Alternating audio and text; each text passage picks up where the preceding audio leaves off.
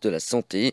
Le nombre de patients traités est resté stable à environ 50 000 par an, mais les réadmissions sont beaucoup plus fréquentes. Elles ont progressé de 30%. Les séjours sont aussi en général plus courts. En France, Ségolène Royal sera bien candidate au poste de premier secrétaire du Parti socialiste, ont déclaré ce matin deux de ses proches. Ségolène Royal est attendue dans l'après-midi à Reims pour le congrès du parti. Les 4 courants internes doivent tenter de former une majorité solide pour prendre les rênes du parti après 3 présidentielles perdues coup sur coup. 2 Palestiniens ont été blessés ce matin dans un raid aérien israélien lancé contre le nord de la bande de Gaza. Une attaque confirmée par un porte-parole militaire israélien. Celui-ci a précisé qu'elle a visé un groupe de terroristes qui s'apprêtait à tirer des roquettes contre le sud d'Israël depuis le nord de la bande de Gaza. Selon des témoins, les blessés sont des membres des brigades Al-Quds, la branche armée du mouvement radical djihad islamique. Au moins 10 combattants insurgés ont été tués aujourd'hui par un missile tiré par un avion sans pilote, probablement américain, dans une zone tribale pakistanaise, selon un bilan d'un responsable des services de sécurité. 9 d'entre eux sont étrangers. Le ciel est bien dégagé au-dessus du bassin lémanique, du Chablais et du Valais. La couverture nuageuse reste relativement épaisse le long du Jura et des Préalpes, mais les chances de dissipation au moins partielle sont bonnes pour cet après-midi. Les températures atteindront 8 à 10 degrés. Cherchez l'info sur rsr.ch. Infotrafic RSR. Sur l'autoroute Vevey-Lausanne, un bouchon causé par des travaux est toujours constaté entre l'échangeur de la Verre et le tunnel de Flonzalais en direction de Lausanne. Et du côté du trafic ferroviaire, il faut s'attendre à des retards et à des suppressions de trains entre Lausanne et Queuilly en raison de travaux urgents. Des bus de remplacement circulent entre ces deux localités. Chaque dimanche matin, une équipe de jardiniers s'affaire. Mais ils n'ont ni sécateur ni arrosoir en main. Ils manient le micro et le téléphone. Dimanche 16 novembre, Christine Magro et son équipe de jardiniers vous donnent rendez-vous en direct et en public des Floraliers Internationales de Genève à Palexpo. Si vous souhaitez assister à l'émission, café, croissants et entrées sont offerts entre 6h et 9h. Le journal du dimanche, en direct des Floraliers Internationales de Genève et sur la première, dimanche 16 novembre de 6h à 9h. Rien n'est joué avec Edelweiss, le magazine féminin.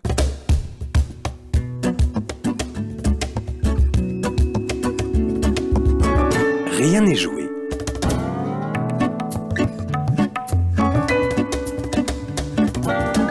Rien n'est joué. Madeleine Caboche. Avec Lydia Gabor à mes côtés ce matin pour animer l'émission. Bonjour Lydia. Bonjour Madeleine. Et puis notre invité, bonjour mon invité. Bonjour. Mon invité c'est Luis Anza. Luis Anza, peintre, écrivain, ce matin à Lausanne, puisqu'il y aura une conférence que vous allez donner, Luis Anza, à Genève ce soir à 20h30. On dira tout ça dans un petit moment. Ce qu'on a envie de préciser pour les auditeurs à qui ce nom de Luis Anza ne dirait rien, il en existe, c'est que vous avez écrit notamment un livre qui est une espèce de best-seller autour du monde chaman qui s'appelle Le secret de l'aigle chez Albin Michel avec Henri Gougaud. Un livre qui est réédité en poche cette année d'ailleurs, Luis Anza. Hein, oui. Qu'est-ce qu'on dit d'autre de vous pour les gens qui ne vous connaissent pas? Qu'est-ce que vous avez envie de dire de vous? Que vous êtes un chaman? Non, pas du tout. Je suis au-delà de ça. Un peu plus. Qu'est-ce que c'est un peu plus Un peu plus, ça veut dire ne pas être qualifiable. Chaman, c'est un mot populaire en Europe. C'est une erreur, c'est quelqu'un qui a prononcé ces mots dans les Sibérie. Ça veut dire prêtre. Et les chamans, il y a plusieurs catégories. Il y a guérisseur, sorcière, voyeur, voyante. Il y a magnétiseur, homme médecine. C'est une espèce d'énorme confusion. Et au-delà de ça, bien au-delà, c'est comme si vous parlez du prêtre qui fait une messe et du gnostisme de Jésus, il y a le monde du Nahual. Alors, qu'est-ce que c'est ce monde du Nagual? Parce que je croyais que Nagual, c'était un autre mot pour dire chaman. Non. Le Nagual, c'est ce qu'on peut dire pour approcher, ce sont des approximations que je vous donne, c'est les maîtres de ceux qui vont être des apprentis chamans. Mais ensuite, il y a le chamanisme populaire, le chamanisme un peu plus délicat, du chamanisme féminin qui est beaucoup plus supérieur au chamanisme masculin. Vous pouvez le redire une deuxième fois, ça, parce que faut le redire une deuxième fois, ça, que les chamans au féminin... il est au-dessous du chamanisme masculin, mais très au-dessous. Et pourquoi? Et ça sont des choses qu'on ignore en Europe. Pourquoi?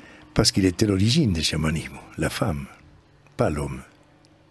Comment est-ce qu'elle a été à l'origine du chamanisme? Et au Japon, au XVIe, XVe et XIVe siècle, dans le monde des grands, avant Confucius, dans l'époque de Lao Tse, Tzu, c'est-à-dire avant toute la philosophie du bouddhisme, il avait les chamans, les kwon, qui s'appelaient, c'était des prêtres, c'était des femmes, où les hommes, en général, allaient comme l'oracle, à apprendre.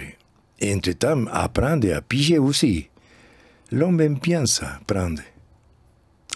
Alors, Luis Anza, il y a un autre livre, il y en a beaucoup de livres que vous avez écrits, mais j'ai aussi celui-là sous les yeux, La nuit des chamans, où vous racontez tout un voyage du côté du Mexique avec plusieurs individus, un prêtre d'ailleurs, oui, un journaliste, un prêtre franciscain. Ce que j'avais envie, pour que nos auditeurs comprennent bien qui vous êtes argentin d'origine, vous vivez un certain temps en Amérique du Sud, vous arrivez à Paris, et puis vous refaites ce voyage, la nuit des chamans. Je voudrais qu'on comprenne comment vous avez été en lien avec cette culture amérindienne des civilisations disparues finalement. Parce que, oui, absolument. Absolument. Qu'est-ce que c'était le premier pas? Vous savez, je crois que j'étais guidé par la mort de ma mère. Qui était une indienne. Pas ma mort, la mort de ma mère. Qui était indienne. Hein? Indienne. J'avais 12 ans, 13 ans, et à la disparition de ma mère, pour moi, le monde était fini. Il fallait que je trouve un autre monde. Pour continuer à vivre, il me manquait un autre monde. C'était prédestiné, c'était pas que je n'étais pas ni génial, ni Mozart. J'étais un enfant comme tous les enfants, stupide et inquiet. Et pensant que j'allais trouver ma mère quelque part, intuitivement, je suis allé aux Andes. Au lac Titicaca, à 18 km, 4400 mètres de hauteur, au niveau de la mer, et j'ai rencontré là, non, j'étais rencontré, prise par un homme à Tiahuanaco, le Chura. Un homme que c'était les premiers vestiges de ce que plus tard j'allais rencontrer, c'était la mémoire minérale. J'ai rencontré un homme minéral.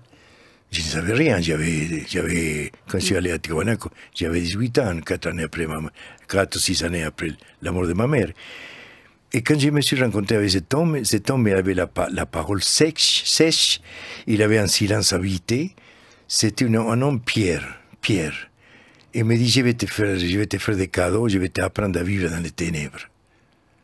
Comme j'avais 18 ans, je n'avais rien à perdre et tout à gagner, et en plus je n'avais rien à se prendre, parce qu'à Tiahuanaco, il n'y a rien, que la hauteur et le silence. C'est à combien de mètres d'altitude dans les Andes? 4400 mètres, ouais. C'est très froid, il n'y a pas de neige, il a la glace sur les terrains. Tu vis très dur, il n'y a pas de pharmacie, il n'y a pas de restaurant, il n'y a rien, c'est les Indiens, Aymara.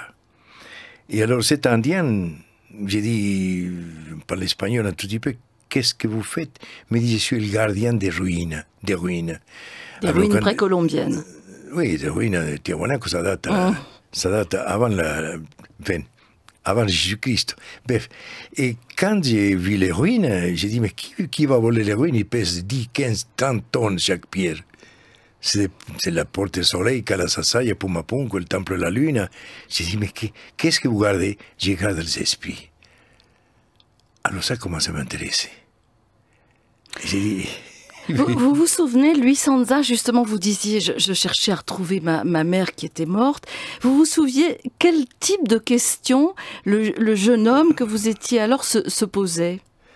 Je me posais que je n'accepte pas la mort. Je n'accepte pas la souffrance. Je n'accepte pas la séparation. Je ne connaissais rien de ce qu'on appelle aujourd'hui la physique quantique, mais je ne comprenais pas la séparation. Pour moi, tout était une notion de... La vision n'était pas correcte. Les sens nous mentaient, me mentaient. Donc, je ne pouvais pas supporter d'avoir été séparé de ma mère. Donc, la première question que j'ai posée au Shura, toi qui connais les esprits, tout ça, j'ai raconté un tout petit peu mon histoire de la mère.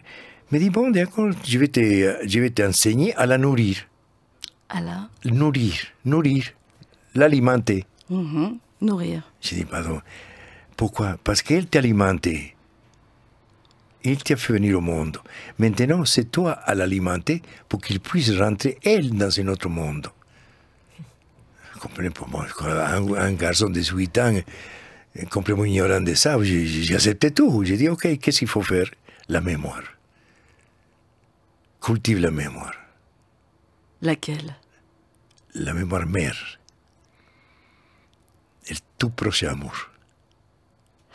On va prendre le temps de développer toutes ces idées. Luis Anza, vous êtes notre invité ce matin avec ces livres que je recite, même s'ils ne sont pas les derniers, La nuit des chamans, Le secret de l'aigle, et puis dire, au cas où nous ne ferions qu'évoquer quelques aspects de ce que vous avez à nous dire, que vous serez en conférence à Genève ce soir, 14 novembre à 20h30, à la salle Franck Martin, au collège Calvin. Et je vous propose d'écouter, avant que nous retrouvions au micro de Lydia Henry Gougaud, qui vous présente autrement, enfin qui trace votre portrait, je vous propose d'écouter une première chanson. C'est Rien n'est joué avec Luis Anza.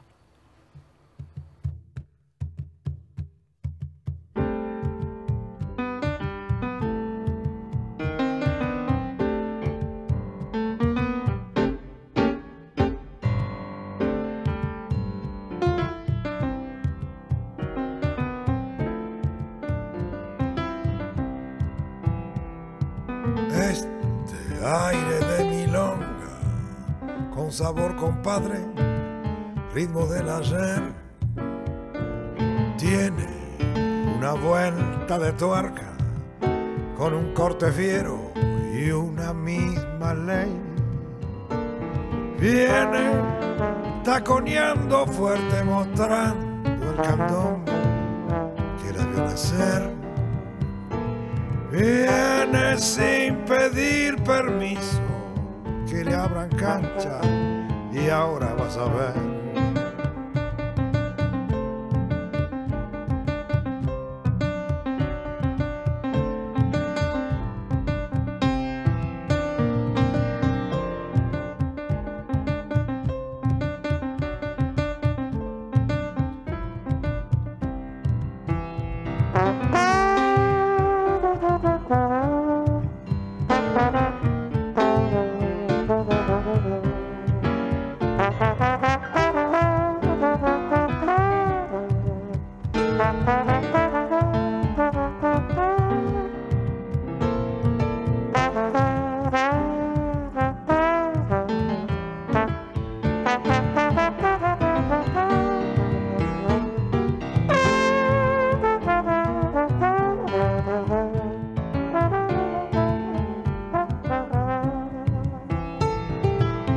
Vamos a darnos el gusto de bailar canyengue casi sin querer. Vamos con corte y quebrada, con un porte antiguo, lo que hay que tener. Viene taconeando fuerte, mostrando el candombe que la vio nacer. Viene sin pedir permiso que le abran cancha y ahora vas a ver. Viene taconeando fuerte, mostrando el candombe que la vio nacer.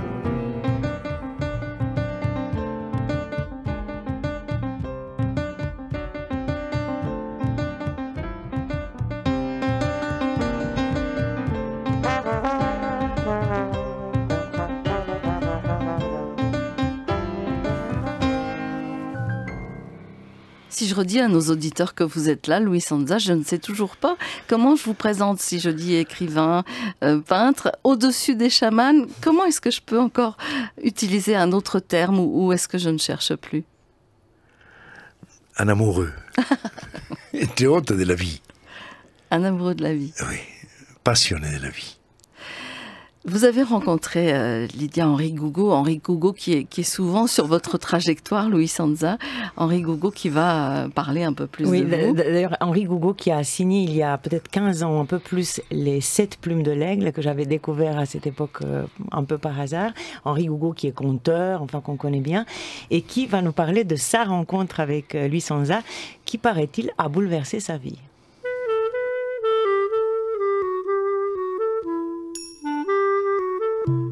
Moi, j'aime pas ce mot chaman parce que, voyez-vous, on commence à le mettre à toutes les sauces maintenant, ça devient n'importe quoi.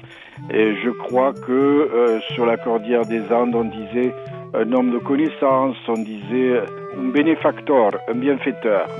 Moi, c'est comme ça que je qualifierais Louis. C'est un bénéfacteur, c'est un bienfaiteur. C'est quelqu'un qui a vécu des choses, qui a eu des expériences, et qui ne la garde pas pour lui. Tout ce qu'il a fait, appris, vécu et qui lui semble utile aux autres, il essaie de le transmettre. Est-ce qu'il vous a enseigné quelque chose, à vous personnellement?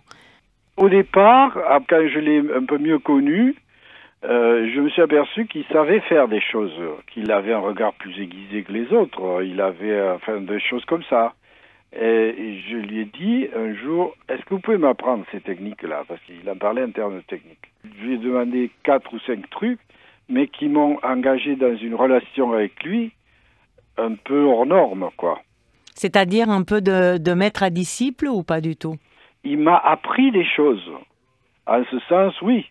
Ces choses qu'il m'a apprises, je le sais maintenant, il n'aurait pas pu les apprendre ou je n'aurais pas pu les entendre si quelque chose de l'ordre de l'amour, ou de l'amitié, mais l'amitié est un des degrés de l'amour, ne nous avait pas unis l'un à l'autre.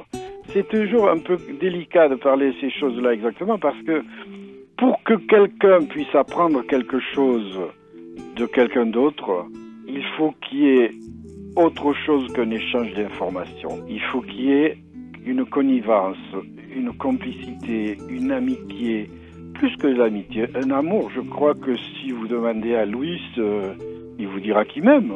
Et que moi, je peux en dire autant de lui. Vous pouvez donner un exemple parmi les choses précisément qu'il vous a apprises ou qu'il vous a enseignées à un certain moment? C'est difficile à dire, ça. Ça aussi, on dit que on ne peut apprendre que ce qui est endormi en nous. On n'apprend rien, on réveille. Il m'a appris à me... Mais c'est quelque chose que je faisais un peu sans le savoir, parce que je suis écrivain. Mon conteur, il m'a appris à explorer une partie de mon être qui est la partie sensible, sensitive, le domaine de l'intelligence des sens, une appréhension sensible des choses, une appréhension amoureuse des choses. Et que si on développe cette partie-là de notre être, on sera capable de percevoir beaucoup plus finement les choses. Mais je ne vais pas vous donner les exercices, on ne les donne pas, les exercices.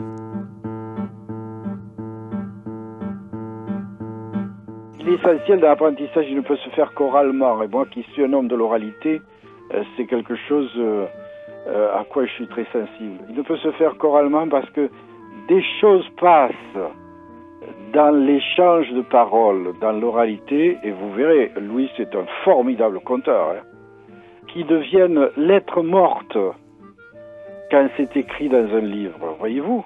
Quelque chose qui est éveillant, qui est bienfaisant, quand c'est dit au moment juste, à la personne juste, mais c'est dit, et qui peut être un poison si n'importe qui le trouve dans un livre. Si on veut transmettre un tout petit peu de cet enseignement à nos auditeurs, qu'est-ce qu'on va faire? La difficulté, quand dans la transmission, on peut être bien assuré de ce qu'on dit, on peut savoir ce qu'on dit, mais pour savoir ce que l'autre entend, il faut bien connaître. Et bien se connaître, c'est une fréquentation vivante.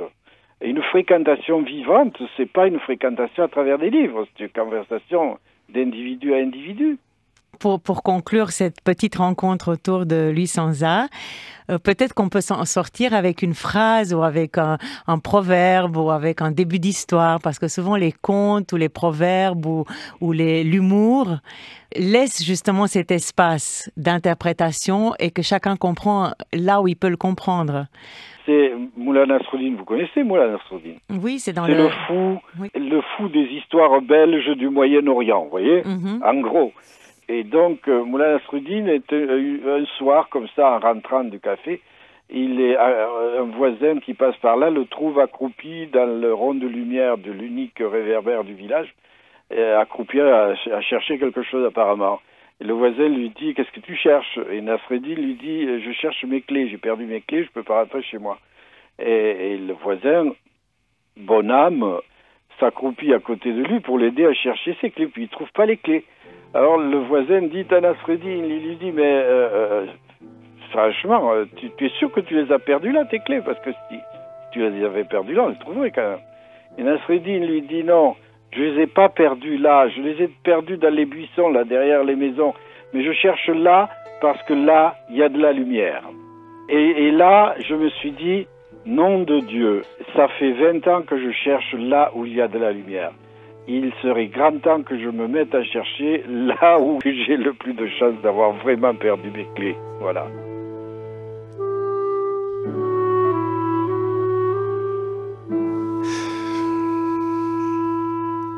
Voilà, c'est Louis Sanza qui est en direct avec nous dans Rien n'est joué. Bel hommage, Louis Sanza, d'Henri Gougaud, vous êtes d'accord?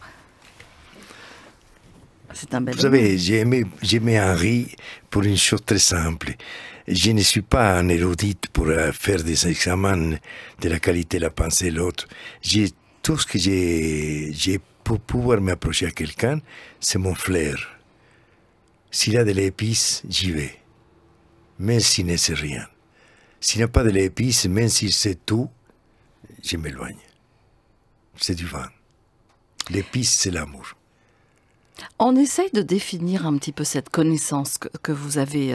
On va dire chaman, ça sera plus simple, oui, même plus si simple vous n'avez pas envie. Pour l'auditeur, bien sûr. Qu'est-ce que c'est le temps pour les chamans? Le temps, d'abord, c'est une entité. Pour les chamans, pour les nahual, on nous enseigne, il m'a enseigné, le Don Justino, et Juanita, ne parlons pas. Le temps, c'est une entité extensible et gérable. On peut utiliser le temps accéléré, le temps long, le temps court, le temps solitaire, le temps animé, c'est-à-dire le temps, et c'est une entité avec beaucoup de facettes. Donc, j'ai utilisé un temps accéléré pour ma vie, parce que je ne suis pas éternel, je n'ai pas l'éternité devant moi, donc j'ai demandé un temps accéléré. Donc, je suis devenu, grâce à cette demande, simplement une condensation de mémoire. Mais pas parce que je suis génial, c'est parce que j'ai demandé ça. Et ça, on demande et ça suffit de demander. Mais exactement, il suffit de demander. Et surtout remercier, quand vous demandez, d'avoir déjà reçu tout ce que vous demandez, sans aucune preuve. Louis Sanza, Henri Gougaud a parlé beaucoup de la sensation, du sentir, et vous préconisez ce chemin du sentir. Elle sert à quoi, cette sensation? À oublier la pensée? Pas du tout. C'est à délocaliser la quantité d'énergie qui monte vers le cerveau, le néocortex. Le cerveau, c'est le néocortex, est suralimenté d'énergie. Et cette énergie, si la sensation capte cette énergie, elle la distribue à tout le monde cellulaire, éveillant dans les cellules une mémoire, la mémoire de la cellule. C'est quoi cette mémoire de la cellule? C'est la mémoire minérale, végétale, animale, humaine et divine. C'est-à-dire que les pierres, elles ont de la mémoire? Mais bien sûr qu'elles ont de la mémoire, ils sont en cœur même. Les feuilles sont en mémoire. L'espace, c'est une mémoire. Nous sommes presque, on dirait, que mémoire. J'irai plus loin. Pour moi, Dieu est une mémoire. Sinon, je ne pouvais pas l'avoir nommé. Mais Platon l'a dit. Comment on sait que les pierres ont de la mémoire? Mais parce qu'on peut parler avec les pierres. Ça suffit de les tenir dans le creux de la main et les laisser faire. N'est pas obligé, n'est pas forcé. Laissez faire. Et d'un seul coup, vous marchez, une intuition vous traverse. Et vous dites, tiens, j'ai l'intuition que je vais faire ci. C'est la pierre qui commence à se communiquer avec vous. Donc, nous sommes dans un univers phénoménique éminemment vivant et animé. Et nous n'utilisons que la pensée pour observer les choses. Mais nous ne communiquons pas, nous ne parlons pas. Je viens de faire un voyage de l'hôtel jusqu'à chez vous, ici, à la radio. Je me suis régalé mangeant des feuilles et des feuilles pendant le parcours. Parce que Lausanne est merveilleuse dans cette région. C'est le sud, c'est le nord de Lausanne. C'est le sud. C'est le sud, c'est extraordinairement beau. Alors je me régalais, je me gourmandais. Juste en regardant. Je mangeais. En regardant votre regard, Louis Sanza. Oui, simplement avec le regard, vous captez. Simplement regardant et sentant ce que vous regardez. Mais ça prend, ça, non? Mais bien sûr que ça s'apprend. Comme pour jouer au violon, on apprend. Qu'est-ce que c'est l'inconscient pour les chamans? Il y a des inconscientes pour les chamans. Il y a un inconscient que c'est freudien, disons. L'inconscient freudien. Un inconscient que c'est simplement des traces, des miasmes de la conscience en formation. Donc, ces miasmes amènent des mémoires de l'enfance, des mémoires qui n'ont pas pu être lavées et retirées du corps et qui contiennent des choses négatives, des toxines. Mais il y a un autre inconscient. Alors ça, c'est l'inconscient, en effet, de la psychanalyse. De la psychanalyse. Ouais, avec maman, l'inceste, le complet. La faute, c'est toujours le bouc émissaire ailleurs, pas en moi. Ça, c'est la psychanalyse, à utiliser le bouc émissaire, c'est toujours la faute de l'autre. Non, je suis adulte, je ne peux pas, si mon père était pas de mon plaisir, mais je vais créer un autre père à l'intérieur. Mais je ne vais pas annuler la notion de mon père, parce qu'il a fait ce qu'il a pu dans l'ignorance de n'importe quel être humain. Je vais les dédouaner de la culpabilité, et je vais créer un autre père à l'intérieur. Et ça, c'est la création que les chamans, enfin, le Nahual, enseignent à créer des mondes et à créer des entités. Donc, vous parlez de la psychologie à l'intérieur de l'inconscient. Il y a un autre inconscient au-dessous de la conscience. Et je vous nommerai des exemples. Bach, Brahms, Mozart, Beethoven, Schumann, Tiepolo, Tiziano, Giotto, Lao Tse, Shakespeare, Balzac.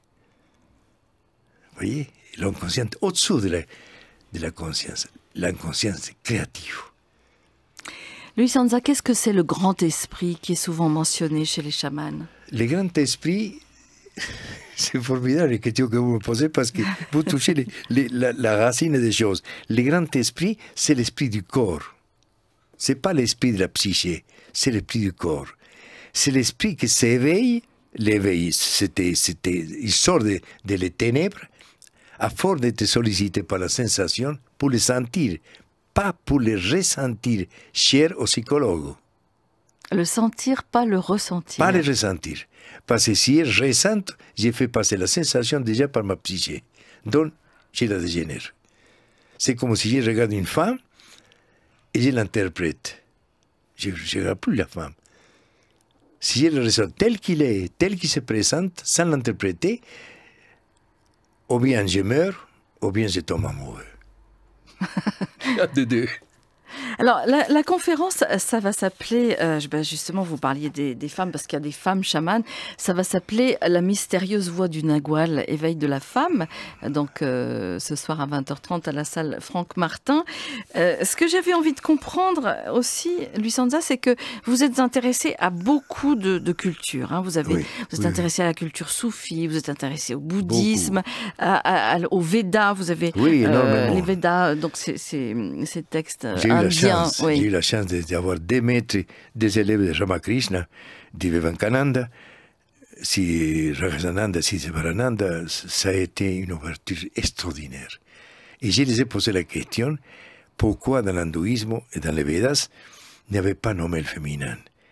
Et alors la réponse que j'ai eue de cet maître Rajasananda, c'était, pour que tu la nommes.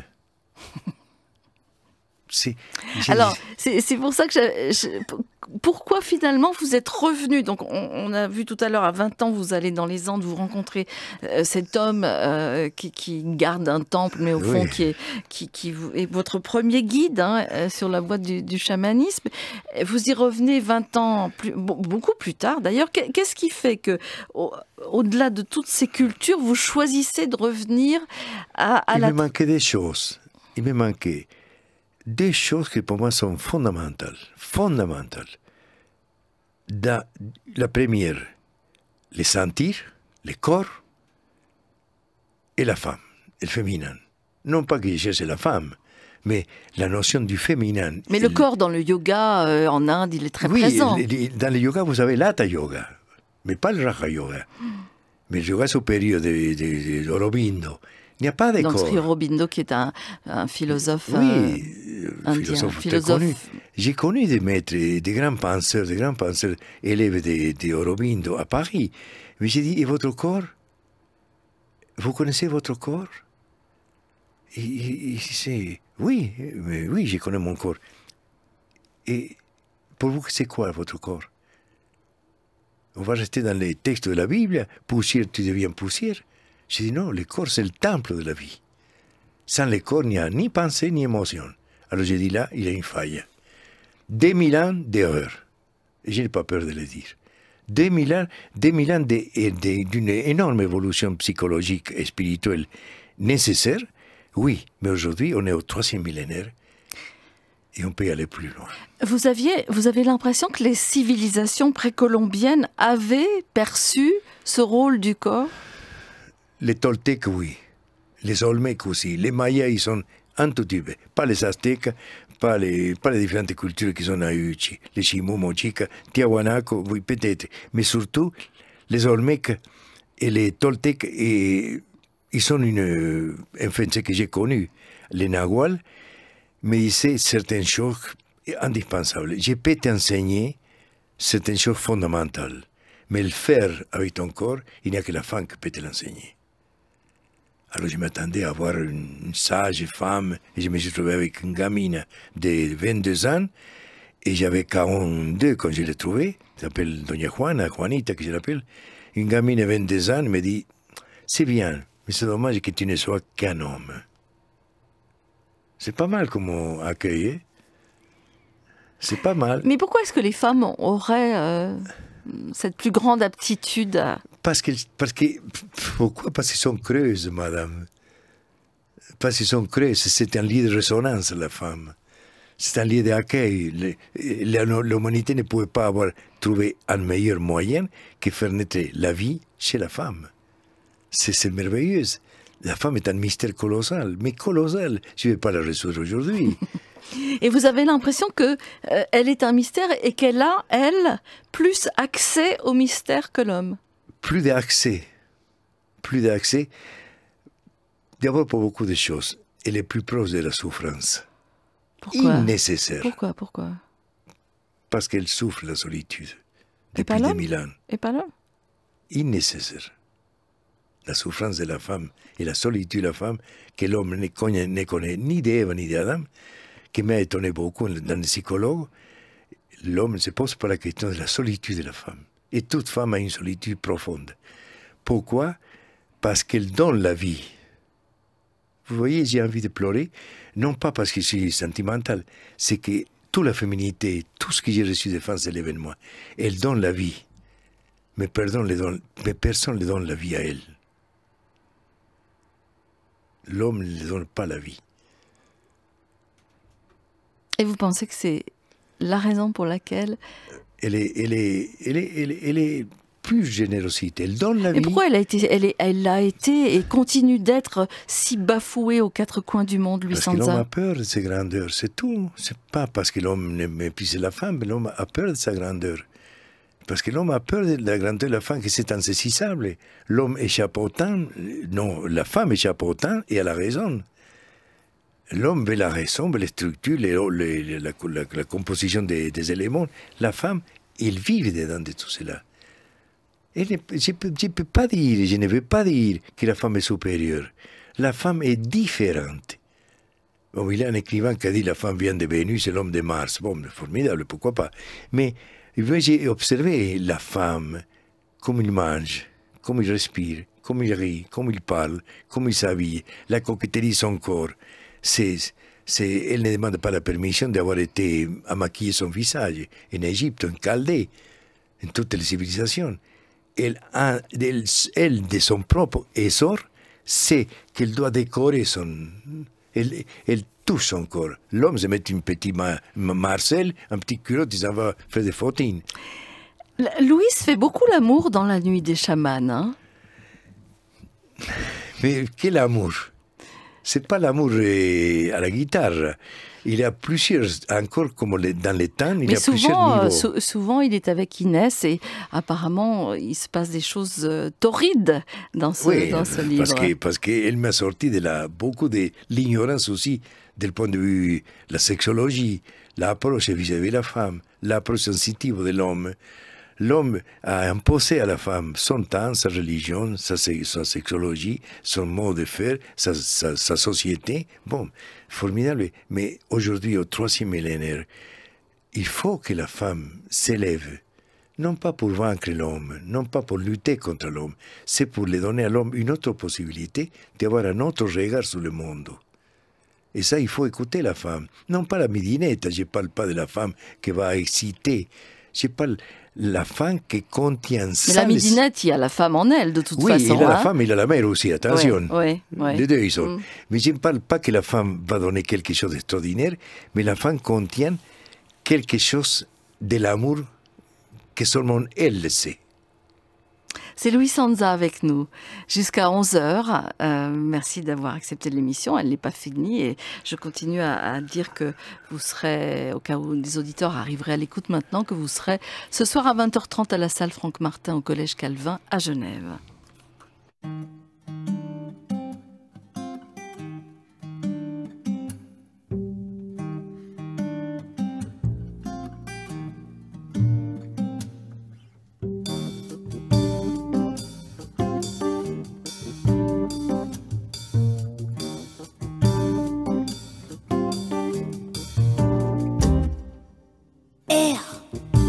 For the way you look at me, oh, it's for the only one I see. V is very, very extraordinary. E is even more than anyone that you adore. Love is all that I can give to you. Love is more than just a game for two. In love can make it. Take my heart and please don't break it. Love was made for me and you.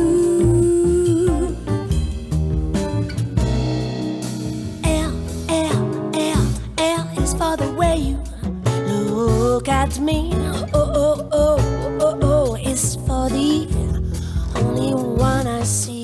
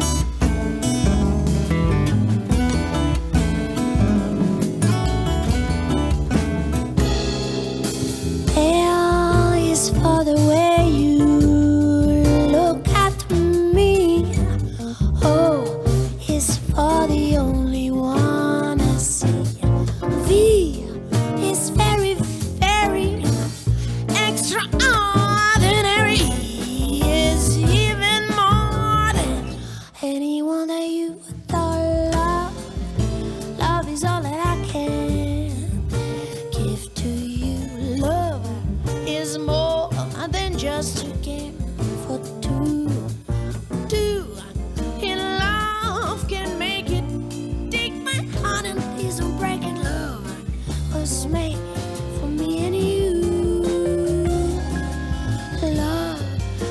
made for me and you. Love was made for me and you. For me and you. Love was made for me and you.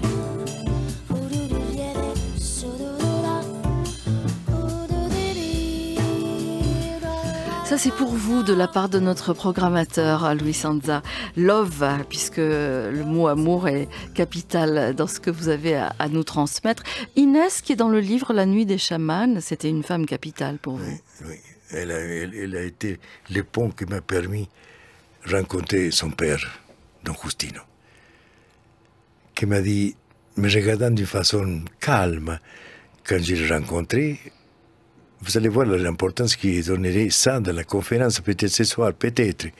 Et lui m'a dit, que me regardant, bon, écoute, Luis, bien lavé, on pourra faire quelque chose de toi. Bien lavé. Bien lavé.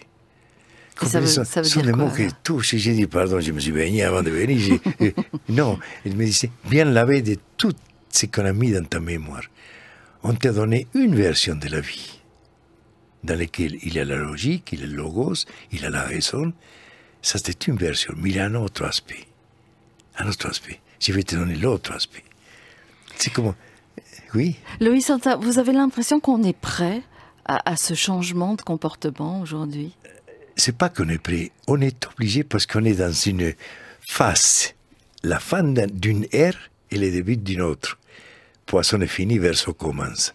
On a 500 années devant nous de technologie. Et ça va balayer toute la psychologie, la psychanalyse, la psychothérapie, va être balayée. Parce que l'homme est obligé de passer, l'individu humain est obligé de passer à un autre stade. La vie n'attend pas l'homme. Comprenez? La planète évolue. On n'est pas à l'époque de Béguine, on n'est pas Louis XIV, on n'est pas à l'époque de Cro-Magnon, on est au 3e millénaire et on avance. La technologie ne va pas s'arrêter, la science non plus. La religion va disparaître, l'art décline. Alors, qu'est-ce qu'on va faire? Qu'est-ce qu'on va faire alors? Avancer. Mais comment? Recréer une autre art, recréer une autre philosophie, recréer une autre forme de vie, recréer une autre et découvrir une autre forme d'être humain. Lydia, vous avez rencontré Mireille Burneau. Voilà, Mireille Burneau qui est psychanalyste, psychologue de l'école de l'analyse transactionnelle. Je ne vais pas vous faire une présentation de l'analyse transactionnelle, mais c'est une manière de travailler la psychothérapie de façon assez mentale dans les concepts. Elle a rencontré Luis Anza il y a à peu près 12 ans et elle nous raconte comment sa pratique de la psychothérapie a été modifiée grâce à cet enseignement, grâce à cette expérience et grâce à cette rencontre avec Luis Anza. Comme on amène tout de suite dans le travail la sensation, le corps, l'histoire personnelle prend beaucoup moins d'importance. Et c'est quelque chose aussi que nous précisons, que nous disons à la personne, votre histoire personnelle, c'est hier, c'est le passé. Vous voulez la ramener ici? C'est pas ça. Donc, vous voyez, c'est ça, ce monde qui est tellement autrement dans cette thérapie sensitive, c'est que c'est le corps dans sa présence qui est au devant de la scène. Concrètement, ça veut dire que je vais parler moins, je vais moins raconter des choses du passé pendant la séance. On peut entendre des personnes qui arrivent avec tout leur bagage. Moi, j'appelle ça les valises. On arrive avec nos wagons et puis il y a un lieu de nous qui veut se raconter. Et on propose 1 ou 2 exercices à la personne et elle va peut-être le faire pendant la semaine. Et à la séance d'après, elle vient et puis on parle un peu de comment s'est passé l'exercice, qu'est-ce qu'elle a découvert, quelle expérience et tout. Et puis elle a du plaisir peut-être à en parler ou dire là, ce jour-là, j'ai pas réussi, enfin peu importe. Et puis à la fin de la séance, elle dit tiens, mais c'est incroyable. Vous voyez, j'étais venue avec vouloir vous raconter et puis c'est pas du tout ça. Son histoire personnelle, si elles entrent vraiment dans cette rencontre avec elles-mêmes, l'histoire personnelle fond un peu. Mais comment vous savez que les gens ont guéri? Je ne sais pas si je parlerai de guérison. C'est un mot avec lequel je suis prudente. J'entends ce que ramène la personne. Je perçois aussi les changements que peut vivre cette personne. Il y a vraiment des personnes qui, en quelques séances, c'est pas forcément long, sont complètement étonnées, mais dans le sens d'émerveillées, de dire « mais c'est incroyable, madame, vous vous rendez compte que le fait d'être dans mon corps, d'être dans la présence de mon corps m'amène de la tranquillité. Je suis plus angoissée comme quand je suis venue vous voir il y a 3 semaines. » Et puis tout de suite revient « mais pourquoi ça ?» Je dis « mais pourquoi vous vous posez la question? Vous n'y êtes plus. » Voilà.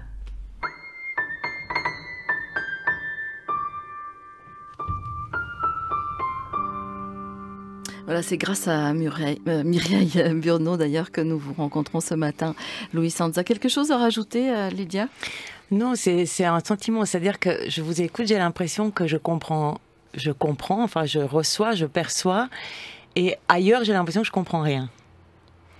C'est bien, mais c'est bien parce que là, vous pouvez commencer à vivre dans une incertitude sereine. D'accord.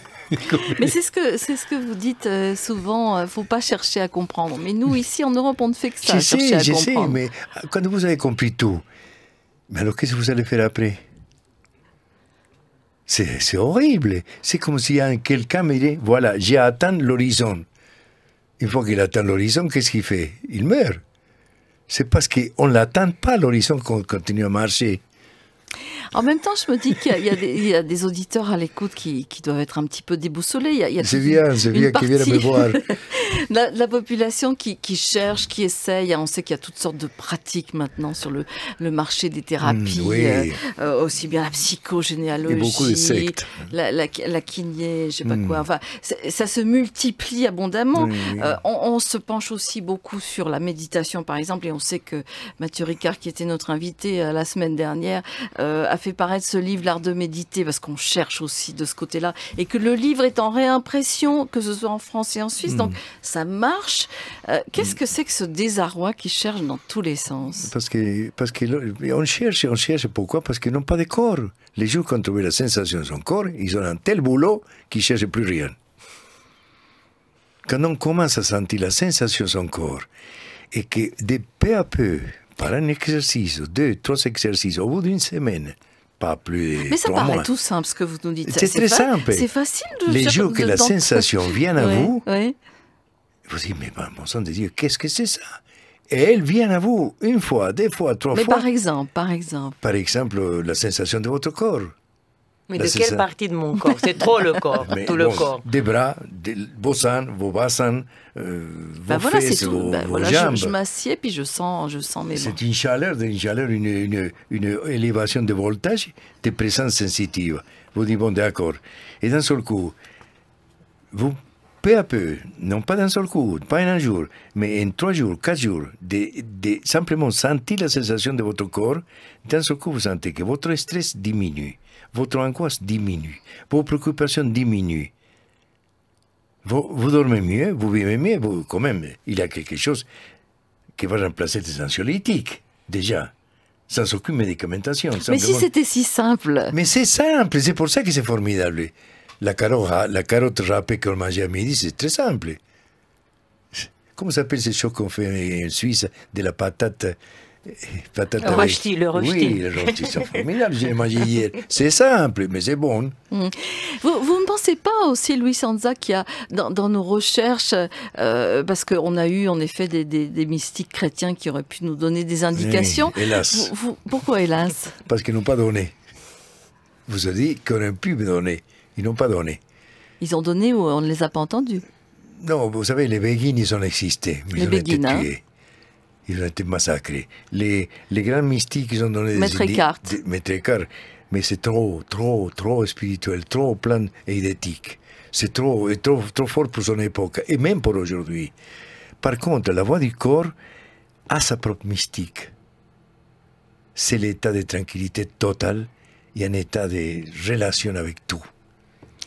Ce que je voulais vous dire aussi, c'est est-ce que vous n'avez pas l'impression, donc dans nos recherches où on tâtonne, on va dans les librairies, on trouve La Nuit des chamans et puis on trouve encore un autre, et puis est-ce que vous n'avez pas l'impression qu'aussi on se dit parce que ça vient d'ailleurs, parce que ça vient d'Inde ou parce que ça vient des civilisations précolombiennes, ça va être bien parce que c'est mystérieux, ésotérique, un peu magique, et que vous, au fond, vous arrivez, on se souvient de Castaneda dans les années 80, ça a fait un tabac. Après, on a réalisé que c'était peut-être un charlatan.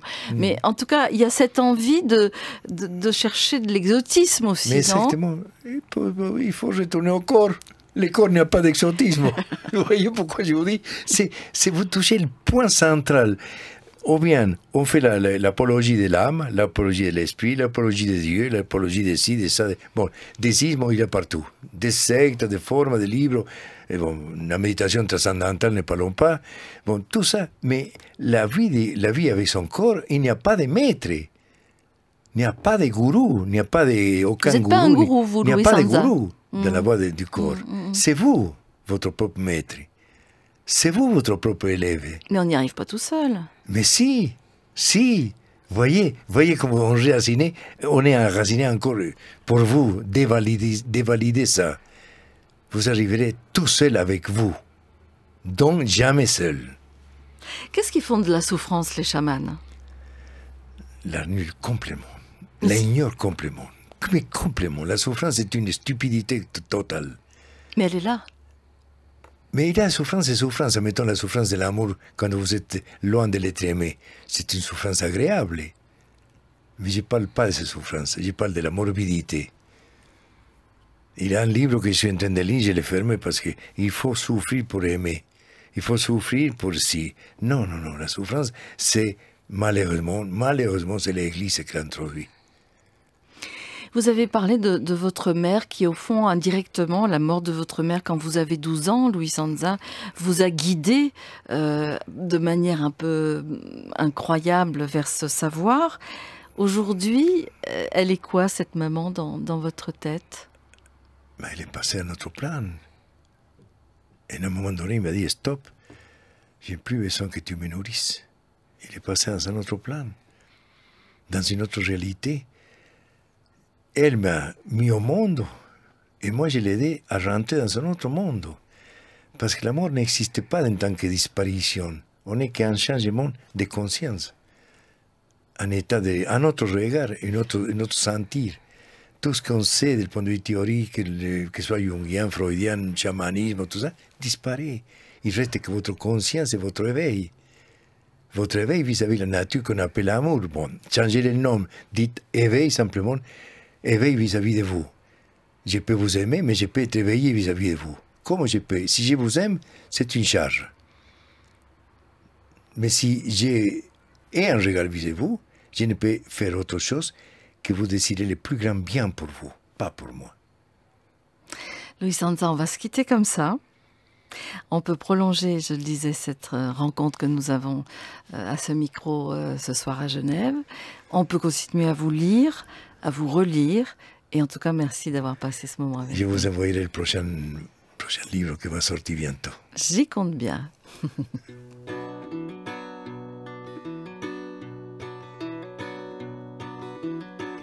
Écoutez d'où ma peine vient.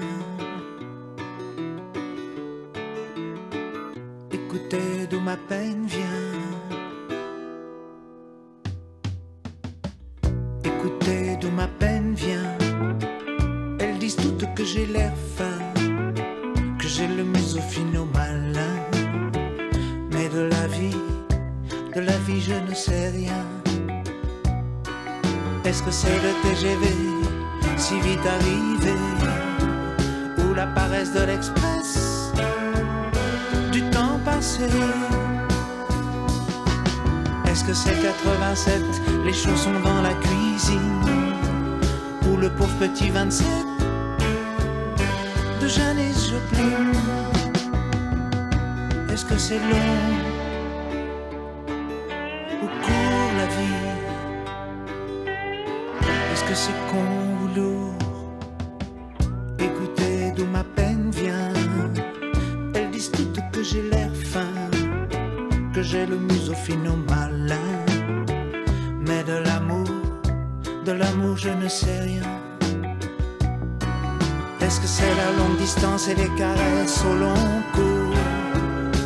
Ou est-ce qu'on est pour le parcours court? Est-ce que c'est les cloches qui sonnent, les chapeaux king size, ou les petites Paris Hilton à la tequila sunrise? Est-ce que c'est long? Il y a aussi Luis Anza, un atelier qui est organisé le lendemain de la conférence. Je ne le mentionnais pas parce qu'il y a très peu de places restantes, mais je vous le dis quand même. Donc atelier repas de 11h30 à 16h30, samedi 15 novembre, toujours à Genève au Café Papon. Et pour tout renseignement concernant à la fois la conférence et les ateliers, je vous donne un numéro de portable ici, 078 67 42 446. Pour toutes les informations concernant tout ce que nous nous sommes dit ce matin. Merci à toute l'équipe, merci encore Luis Anza, à vous Lydia Gavor, à Jean-Daniel Motet, à Antonin Barre, à Jean-Baptiste Roumans qui a choisi les disques, à Monique Cortési, l'assistante de production.